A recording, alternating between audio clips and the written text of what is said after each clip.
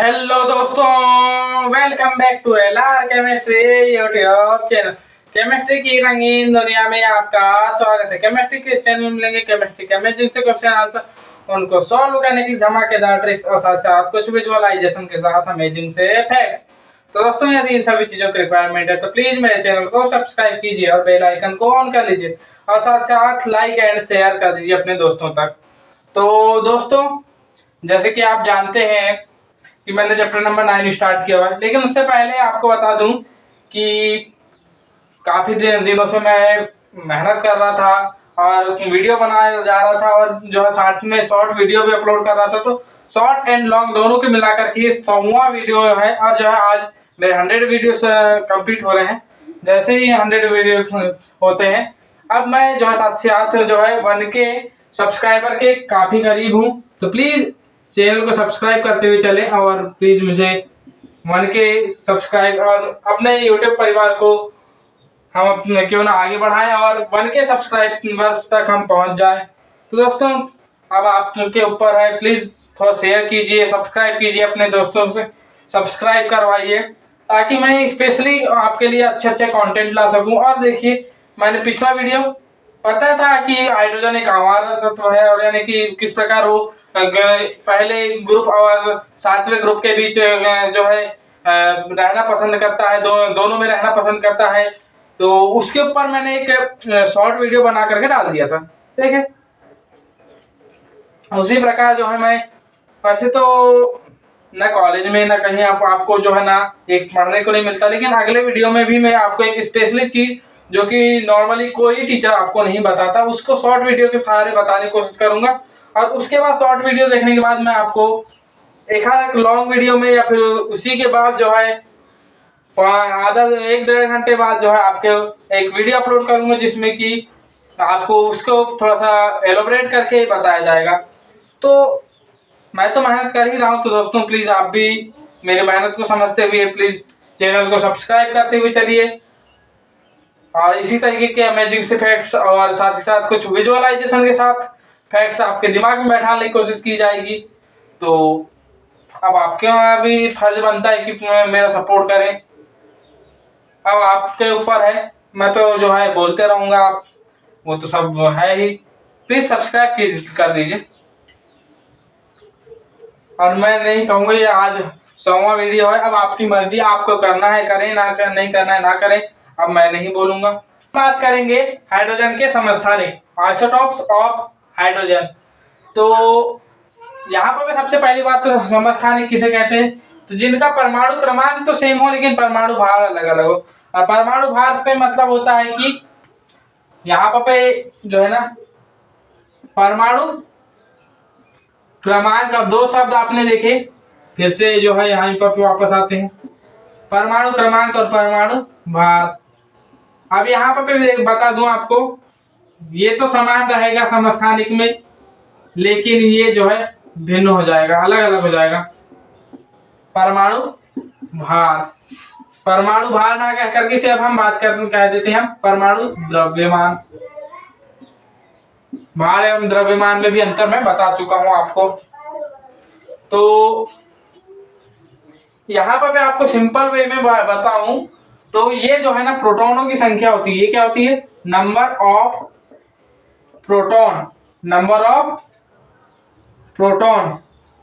And ये होते हैं नंबर ऑफ न्यूक्लियॉन्स। अब न्यूक्लियॉन्स में कौन कौन होंगे? तो न्यूक्लियॉन्स मतलब कि होते हैं proton plus neutron, proton plus neutron nucleon में। अब ये कहां से हो, आपको मेरे टेलीग्राम में जुड़े रहते तो आपको बिल्कुल पता होता आइसोटॉप्स किसे कहते हैं। ये सभी चीजें जो है ना, जो छोटे छोटे न्यूमेरिकल्स गिनके, सॉरी न्यूमेरिकल ही निकल जाते कभी कभी, छोटे छोटे जो संयुग्मक होते हैं, ऑब्जेक्टिव्स होते हैं, ऑब्जेक्टिव्स के जरिए जो है मैं इनको क्लियर कर देता हूँ आपको। तो टेलीग्राम ग्रुप में भी आपका जुड़ना जरूरी है। डेली जो है, डेली के कम से कम 25 क्वेश्चन तो यानी 25 क्या कहना चाहिए हमें, ऑब्जेक्टिव्स जो है ना आपके टेलीग्राम ग्रुप में अपलोड किए जाते हैं, खासकर से रात के 8 से 10 के बीच में। तो प्लीज ज्वाइन कीजिए मेरे टेलीग्राम ग्रुप को। तो और साथ साथ उसी में आपको नोट्स भी प्रोवाइड कर दी जाएगी। कुछ इंपॉर्टेंट जो फैक्ट्स हैं उन्हें भी जो है प्रोवाइड कर दिया जाता है। तो प्लीज ज्वाइन कीजिए। और फैक्ट्स जो है ना सिर्फ आपके क्या कहना चाहिए केमिस्ट्री रिलेटेड होते हैं, फैक्ट्स जो है ना आपके साइंस के किसी भी सब्जेक्ट रिलेटेड हो सकते हैं। तो प्लीज ज्वाइन कीजिए। तो अब हम बात करते हैं कि परमाणु क्रमांक और परमाणु भार की परमाणु द्रव्यमान की बात हो चुकी है। तो परमाणु द्रव्यमान तो हम कुछ जानते हैं कि हाइड्रोजन तो मेन रूप से 1H1 ये ऐसा कुछ होता है, मतलब कि इसकी जो परमाणु, अब मैं आपको ये भी बता चुका हूं कि यहां पर जो है आपका एटॉमिक मास होता है और यहां पर जो है आपका एटॉमिक नंबर होता है, ये बता चुका हूं मैं। तो ये रही बात। तो ये रहा आपका हाइड्रोजन का। हाइड्रोजन के 3 समस्थानिक अब आपको बता दूं कि हाइड्रोजन के समस्थानिकों की संख्या कितनी है, 3 है। हाइड्रोजन के 3 समस्थानिक हैं, कौन कौन से हैं? तो सबसे पहले प्रोटियम, प्रोटियम, फिर deuterium, deuterium, and third one is tritium, tritium, tritium ही है ना, ट्रिटियम है, माफ कीजिए ट्रिटियम, मैं जो है उसे ट्राइटेरियम ही कहता हूं इस वजह से जो है। तो अब देखिए, तो आपको बता दिया जाए कि मैं अब यहाँ पर इतने इसको मिटा करके, तो यहाँ पर बता दिया जाए कि इसे ये तो जो है ना इनके आपको पता है कि एटॉमिक नंबर तो सेम रहेंगे। तो आज जो है ना अब हम जो है जिस तरीके से इनके पहले वर्ड है उन्हीं के हिसाब से लिखते हैं। अब हम P, फिर D और फिर T, इस तरीके से सब में 1 1 तो नीचे लिखना ही लिखना है। लेकिन अब यहाँ पर अब इनके जो परमाणु द्रव्यमान है वो कैसे होंगे, तो आपको बता दिया जाए कि स्टार्ट 1 से होगा और अब गिनती बढ़ा दीजिए, ये 1 2 3 ये है। लेकिन अब यहाँ पर बता दिया जाए कि सबसे ज्यादा, अब यहाँ पर आप कहेंगे कि प्रोटियम तो जो है एकदम आपको हाइड्रोजन की तरह दिख रहा है, तो मैं आपको बता दिया जब दू कि आपको जो प्रोटियम है इसे ही मुख्य हाइड्रोजन की संज्ञा दी गई है। अब आपको बता दिया जाए कि जो किसी भी परमाणु की एटॉमिक जो वेट होता है, यहीं से हाइड्रोजन से ही बता देता हूं कि जो एटॉमिक वेट है या फिर एटॉमिक मास, इसे किस प्रकार फाइंड आउट किया जाता है ये देखिए। तो ये जो है ना, ये जो एटॉमिक वेट जो ये दिया होता है, ये जो है ना एक एवरेज वेट होता है, ये एवरेज होता है, एवरेज होता है। तो बोलेंगे सर यहाँ तो एवरेज आप फाइंड करके देखें, 1 धन 2 धन 3 बराबर बटे में 3 ये करेंगे तो यहाँ पर 6 बटे में 3 बराबर 2 आता है। इसका तो परमाणु द्रव्यमान तो होना चाहिए 2, लेकिन आपका तो यहाँ पर 1 आ रहा है, ऐसा कैसे? तो आपको बता दिया जाए कि ये भी एग्जैक्ट नहीं है, इसका भी परमाणु द्रव्यमान एग्जैक्ट ये नहीं है, एग्जैक्ट ये है 1.008, 1.008 ये होता है इसका एग्जैक्ट। तो ये कहां से आया, आपके मन में एक क्वेश्चन आ रहा होगा कि ये कहां से आया। तो अब हम इसके ऊपर से जो है, तो ये तो रही बात, ये हम इसके ऊपर से तो पर्दा उठाएंगे ही, लेकिन अब यहाँ पर थोड़ा बहुत जानकारी ले लेते हैं इनके बारे में। तो जो आपके जो प्रोटियम है, प्रोटियम को ही मुख्य हाइड्रोजन माना जाता है। ड्यूटेरियम इसको कहा जाता है भारी जल, भारी जल हिंदी में, इंग्लिश में heavy water, heavy water, heavy water. Tritium, tritium का दूसरा कोई नाम यहां पर देखा जाए, ट्रिटियम का कोई दूसरा नाम तो नहीं दिया है यहाँ पर पे। तो ट्रिटियम में क्या है, देखना पड़ता है ना कभी कभी पुस्तकों में, देख लीजिए। तो ट्रिटियम जो है कोई दूसरा नाम नहीं है, तो ये नाम है इनके जो अलग अलग तरीके से। तो अब इसके पहले हम जो है सारी जानकारी निकालें, उससे पहले इन तीनों का जो है एटॉमिक जो है क्या कहना चाहिए हमें, इनके जो नाभिक की संरचना, क्योंकि इनकी जो बाहरी संरचना है, एटॉमिक स्ट्रक्चर कहना चाहिए, फिर इलेक्ट्रॉनिक विन्यास। इलेक्ट्रॉनिक विन्यास जो है ना समस्थानिकों का सेम होता है, हमेशा याद रखें समस्थानिकों का इलेक्ट्रॉनिक विन्यास सेम होता है। कहाँ अंतर होता है? तो जो न्यूक्लियॉन्स है, न्यूक्लियॉन्स में अंतर होता है। तो देखिए हम आते हैं, अब हम इसके लिए हम 3 कॉलम देख लेते हैं, बना लेते हैं सब। लेकिन सबसे पहले यहाँ पर पे समस्थानिक निक, जिसमें समस्थानिक कौन कौन से हैं? तो protium,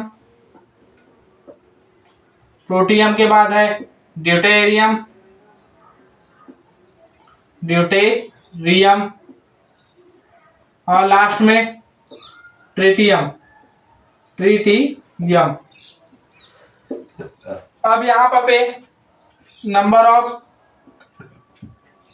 electron,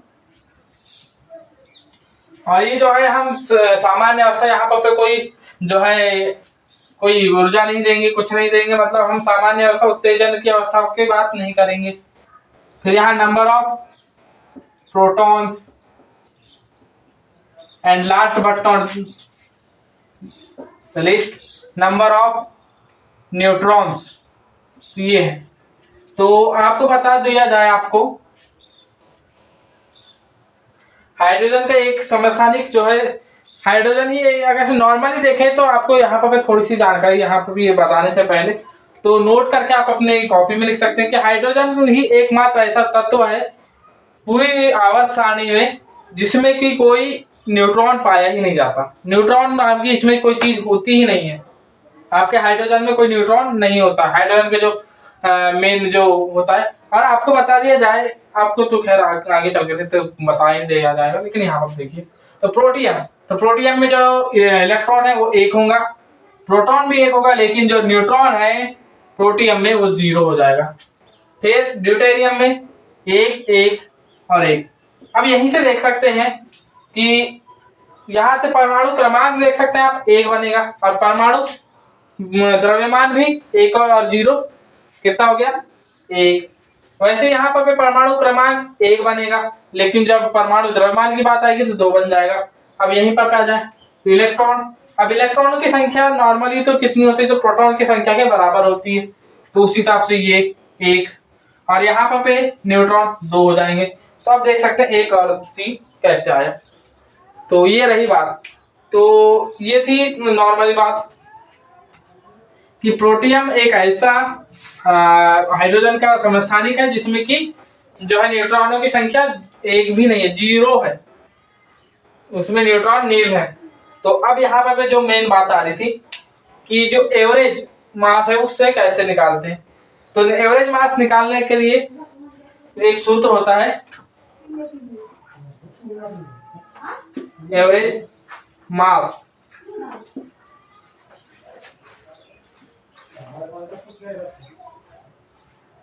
mass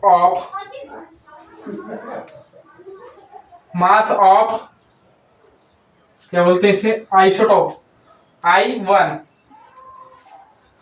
plus mass of isotope 2 plus mass of, sorry यहाँ पर एक और चीज भूल गया हूं, into X1 plus mass of I2 into X2 plus mass of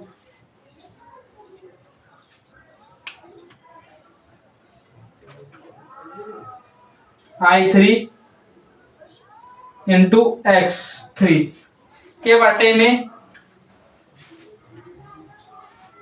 इसके बटे में क्या आ जाएगा आपका? X1 plus X2 plus X3, ये आ जाता है बटे में। इस तरीके से जहां पर जो है कि जो X है, X क्या है? तो उस आइसोटोप्स की जो प्रकृति में पाई जाने वाली प्रतिशत मात्रा, जैसे मान लीजिए आपका ये हाइड्रोजन आपने निकाला, तो हाइड्रोजन अगर मान लो 100 मॉलिक्यूल निकाल रहे हैं आप, तो उसमें मान लीजिए 99 परमाणु जो है आपके इसमें प्रोटियम के होंगे। इसमें मैं बता रहा हूं, जो एग्जैक्ट वैल्यू है वो भी बताई जाएगी यही, लेकिन अभी देखिए मान लीजिए आपने इसका आधा जो है, मतलब 99 नहीं, इसको मान लीजिए हमने 98 ले लिया, तो 98 ये एक ड्यूटेरियम और एक ट्राइटियम ये होगी। तो इस तरीके से निकल जाती है। मतलब मतलब 100 अणु अगर से 100 परमाणु अगर से आप किसी तत्व के लेते हैं तो उसमें कितने जो है कौन सा समस्थानिक कितना है उसकी जानकारी हमें क्या देते हैं, एक्स उसके बारे में जानकारी देती है। तो बहुत जल्द मैं जो है ना इनके बीच के जो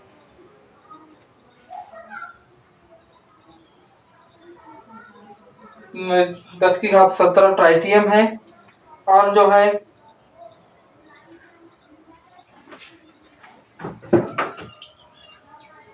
आप यहाँ पर एग्जैक्ट वैल्यू देख सकते हैं। तो मैं आपको बता दूं कि आपका जो प्रोटियम है, प्रोटियम अप्रोक्स जो है आपका 19 पॉइंट, अब यहाँ प्रोटियम की तो आप वैल्यू अभी तो जो है ना 19 पॉइंट कितना निकालेंगे आप वहां पर से आप एक प्रकार से गणना कर लेना।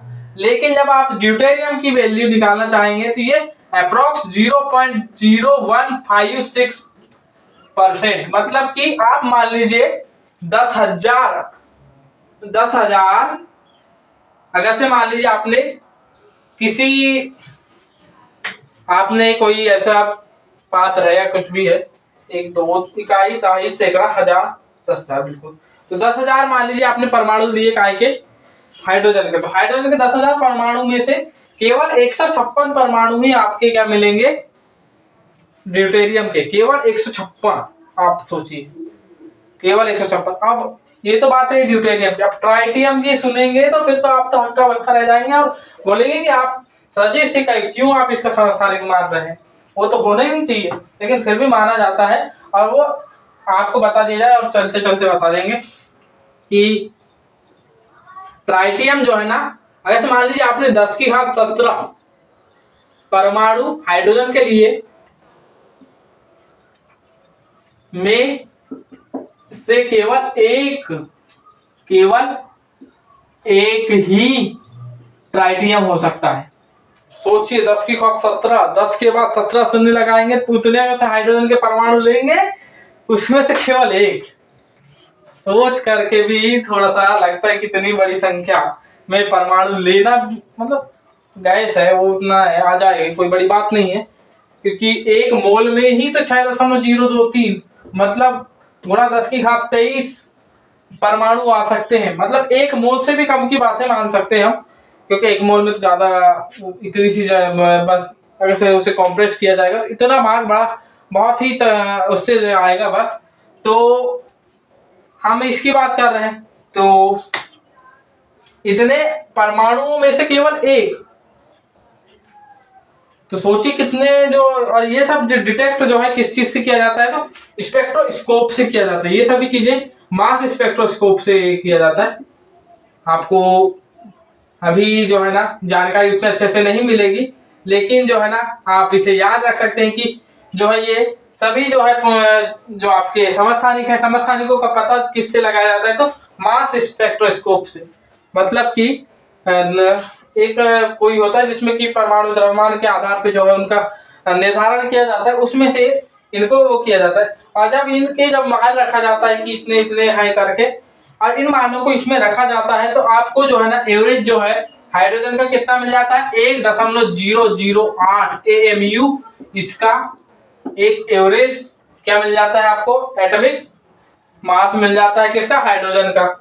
और साथ साथ आपको बता दिया जाएगा कि ट्राइटियम है, ट्राइटियम जो है आपका एक क्या कहते हैं रेडियो सक्रिय, इसे भी आप नोट करके लिखेंगे कि ट्राइटियम एक रेडियो सक्रिय समस्थानिक है हाइड्रोजन का। हाइड्रोजन का रेडियो सक्रिय समस्थानिक कोई पूछे तो ट्राइटियम। हाइड्रोजन का ऐसा समस्थानिक जिसमें कोई न्यूट्रॉन नहीं पाया जाता तो आपका प्रोटियम। हाइड्रोजन का ऐसा समस्थानिक जो कि एक प्रकार से भारी जल बनाने में उपयोग किया जाता है। भारी जल का उपयोग कहाँ होता है, तो ये भी अभी इसके बाद बताऊंगा, जस्ट एक लाइन रुकिए, एक मिनट। लेकिन जब भारी जल बनाने में किसका होता है, तो ड्यूटेरियम का उपयोग होता है। और साथ साथ इसका जो एक एवरेज एटॉमिक वेट होता है वो 1.008 AMU होता है। ये सारी चीजें हैं। और जो है आपसे कोई भी नॉर्मली पूछे तो हाइड्रोजन हाइड्रोजन के, मान लीजिए मैंने आपसे ऐसे पूछा, आपका हाइड्रोजन नाम ना देकर के मैंने बोला कि ड्यूटेरियम में कितने प्रोटॉन पाए जाते हैं, तो आपका सपाट से दिमाग आएगा, चाहे कोई समस्थानिक हो हाइड्रोजन का, या फिर हाइड्रोजन ही डायरेक्ट क्यों ना बोल दिया जाए, उसमें एक ही मिलेगा आपको, क्या? प्रोटॉन। प्रोटॉन तो एक ही मिलेगा। बात ये है, ये रही समस्थानिक की बात। और साथ साथ जो है आपको बता दिया जाए कि ड्यूटेरियम का उपयोग कहाँ होता है। तो ड्यूटेरियम का उपयोग होता है, हम ड्यूटेरियम का नॉर्मली उपयोग करते हैं आपके, क्या कहना चाहिए बताइए, कभी आपने पढ़े हैं? कहीं ना कहीं तो पढ़े होंगे आपने कि जो इसका उपयोग होता है मंदक के रूप में।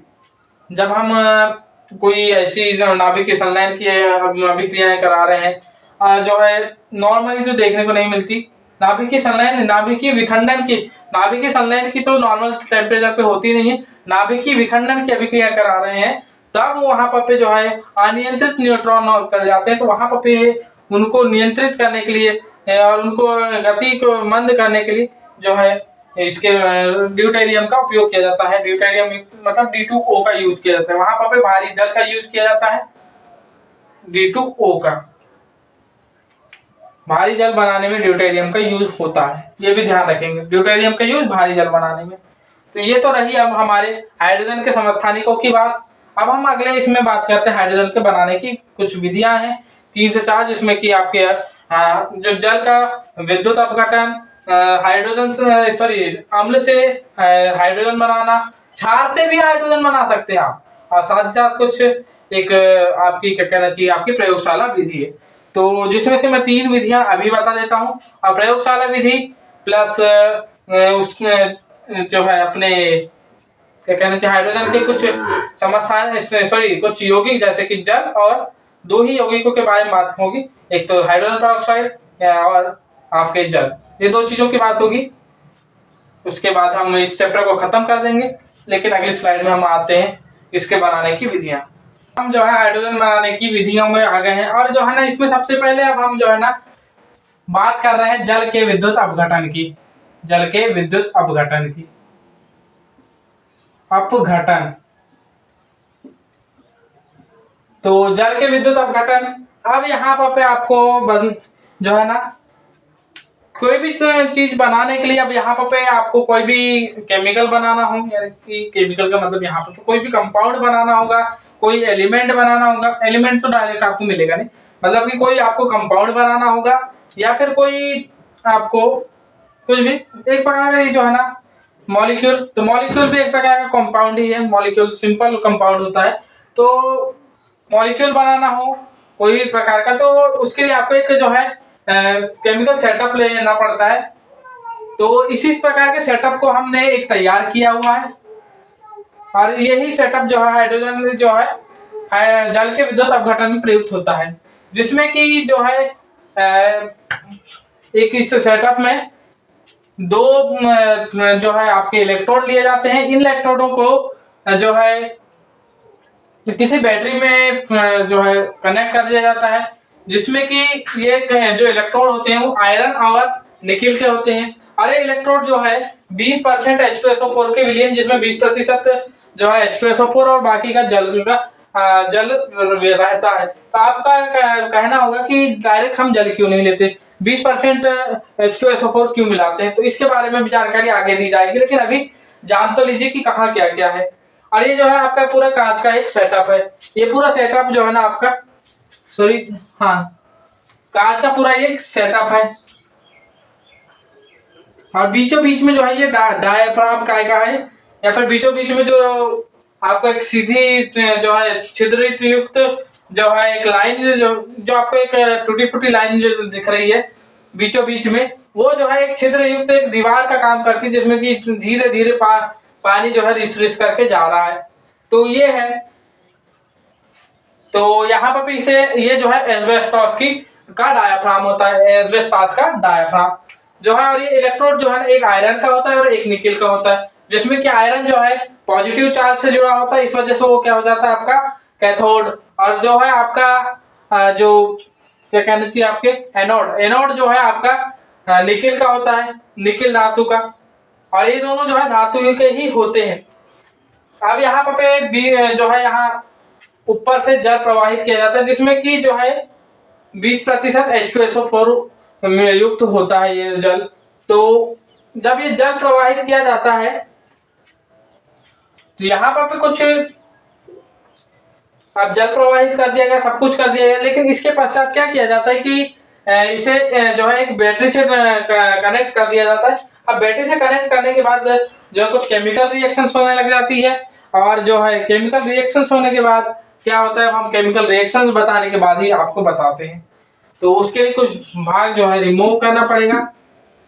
तो अब हमने इस भाग को रिमूव कर दिया, जिसके लिए हमने जो है यहाँ पर लिख दिया, हमने यहाँ Fe लिख दिए अंदर ही, और जो है इस तरीके से इसे, और जो है अंदर जो है, अब आप खुद समझ लीजिए। तो सबसे पहले क्या होता है कि सबसे पहले तो जो है जो सबसे आसानी से टूट जाए वही सबसे पहले टूटता है। तो यहाँ सबसे आसानी से जो है ना H2SO4 टूटना पसंद करेगा, H2SO4 सबसे आसानी से टूटना पसंद करेगा, और ये जो है 2H प्लस SO4 2 माइनस में टूट जाएगा।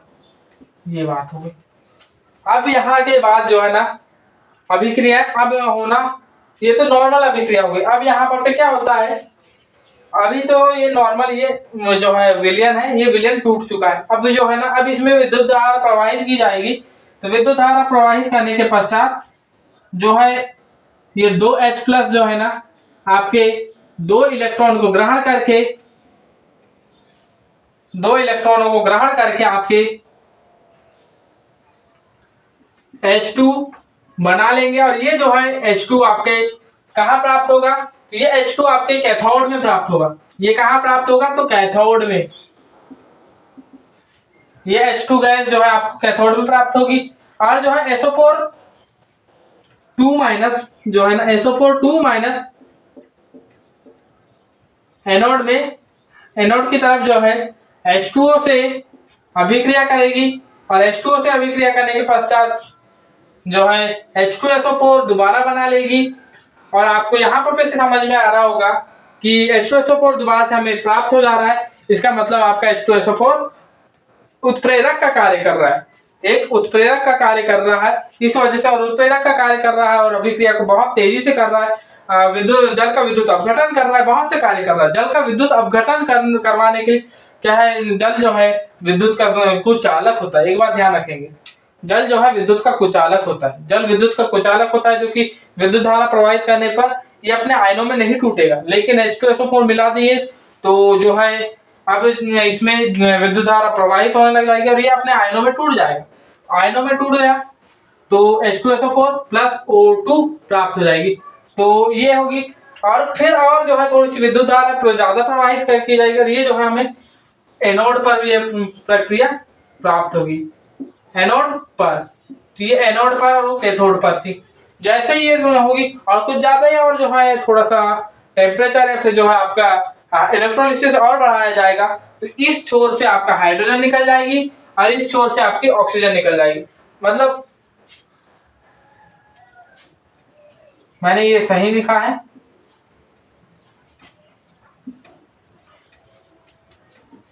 यहाँ पर भी सॉरी, यहाँ निकिल जो है ना इधर होगा, Fe इधर और निकिल इधर, ये रहेगा जो है ये कैथोड, कैथोड की ओर आएगा। तो आयरन जो है आयरन में हाइड्रोजन चिपक जाता है, और उसके बाद जैसे ही विद्युत धारा थोड़ी और बढ़ाई जाती है तो यहाँ पर हाइड्रोजन निकल जाता है और निकिल ऑक्सीजन तरफ से निकल जाता है। तो ये रही प्रक्रिया इसकी। तो आपने प्रक्रिया बिल्कुल आपने नोट कर ली होगी, और जो छोटी सी गड़बड़ हो गई थी उसे भी आपने अपने तरफ से फिर से वो कर लिया होगा, सुधार कर लिया होगा। तो इसी के साथ जो है आपका हाइड्रोजन के विद्युत अपघटन के द्वारा किस प्रकार बनता है ये देख लिए। अब जो है हम अम्ल और क्षारों से किस प्रकार बनता है, छोटी सी, अब 2-2 मिनट का है, छोटा छोटा सा है उसमें कोई। ये दोस्तों अब हम बात करते हैं जो है अम्लों से हाइड्रोजन का उत्पादन। अम्लों से, किससे, अम्लों से हाइड्रोजन का उत्पादन कैसे करते हैं, हाइड्रोजन किस प्रकार बनेगी।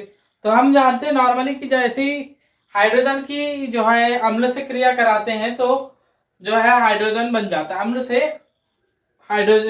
से किसी धातु की क्रिया कराने पर पे, तो वो क्रिया किस प्रकार की जाती है, कराई जाती है, उसके लिए कैसा जो है सेटअप तैयार किया जाता है आपके प्रयोगशाला में, तो उसको कुछ इस तरीके से दर्शाया गया है, जिसमें कि जो है एक बिंदुपाती कीप होती है, जिसमें कि जो है डाइल्यूट एसिड डाल दिया जाता है, डाइल्यूट एसिड, और जो है जिसमें पहले से ही जो है आपका कोई धातु की चूर्ण होती है, और वो इस प्रकार से, और जैसे ही इनको यहाँ डाल दिया जाता है तो कुछ मात्रा में जो है हाइड्रोजन, कुछ मात्रा में को जिस मात्रा में आप डालेंगे उस हिसाब से जो है हाइड्रोजन निकलेगी, और हाइड्रोजन निकल करके कुछ इस तरीके से आगे बढ़ जाएगी, इस तरीके से आगे बढ़ेगी, और यहाँ पे जल रखा हुआ होता है, तो जल में रखा हुआ होता है, और यदि से जल में बुलबुले उठना चालू हो जाते हैं, तो ये बुलबुले जो है ना काय के होते हैं, ये बुलबुले हाइड्रोजन के बुलबुले होते हैं। तो यहाँ से हमें पता चल जाता है, प्राप्त हो जाती है क्या, हाइड्रोजन गैस।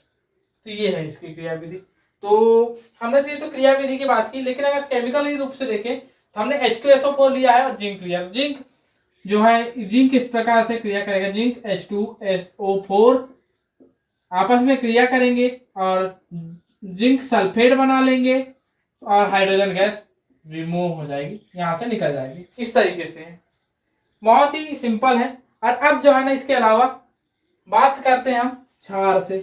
तो क्षार से किस प्रकार होगी देख लीजिए। क्षार से जब अभिक्रिया कराते हैं आप किसी, क्षार में भी जो है धातुओं से क्रिया कराई जाती है, क्षार से भी धातुओं से कराई जाती है। हम मान लीजिए इसके लिए हमने लिए जो है एल्यूमिनियम लिए, तो एल्यूमिनियम की जो है हमने NaOH से क्रिया कराई, तो एल्यूमिनियम की NaOH से क्रिया कराई, तो और जो और साथ साथ यहाँ पे जल भी होता है 2H2O, और 3 NaOH होते हैं, जहां तक नहीं 2 ही NaOH होते हैं। जब ये आपस में क्रिया करते हैं तो डायरेक्ट हमें जो है हम सिंपल रूप से हाइड्रोजन अलग कर लेंगे और बाकी सब चीजें जो है यहां से हम बना लेते हैं। तो क्या क्या होगा यहाँ पर पहले बनेगा क्या, Al क्या बनेगा, Na, Al2,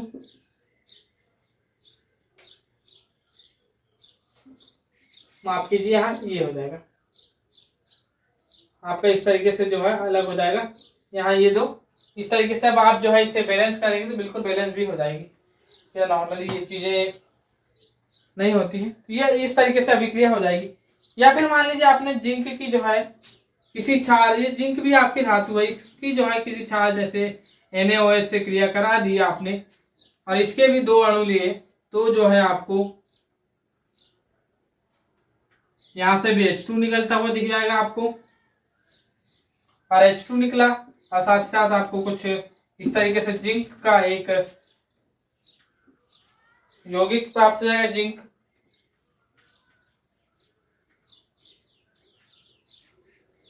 जिंक के साथ जो है 2 NaOH, तो Na2 सॉरी यहाँ पे Na2Zn, इस तरीके से अभिक्रिया संपन्न हो जाएगी। तो इस तरीके से हाइड्रोजन दोनों जगहों पर पे निकल जाएगा। तो इन दोनों अभिक्रियाओं को भी लिख लीजिए। नॉर्मली जो है ना क्षार से अभिक्रिया कराने पर पे ज्यादा प्रेफर नहीं किया जाता है, लेकिन सबसे बेस्ट विधि है ये अम्लों से। विद्युत अपघटन से भी थोड़ी सी मुश्किल जाती है, लेकिन सबसे बेस्ट विधि है अम्लों से। तो ये रही आज के तीनों रिएक्शंस जो है, कल आपको तो मैंने बता दिया है कि जो है आपकी प्रयोगशाला विधि बताई जाएगी। तो दोस्तों इसी के साथ इस वीडियो को आपका देखने के लिए धन्यवाद। जय हिंद, जय श्री राम।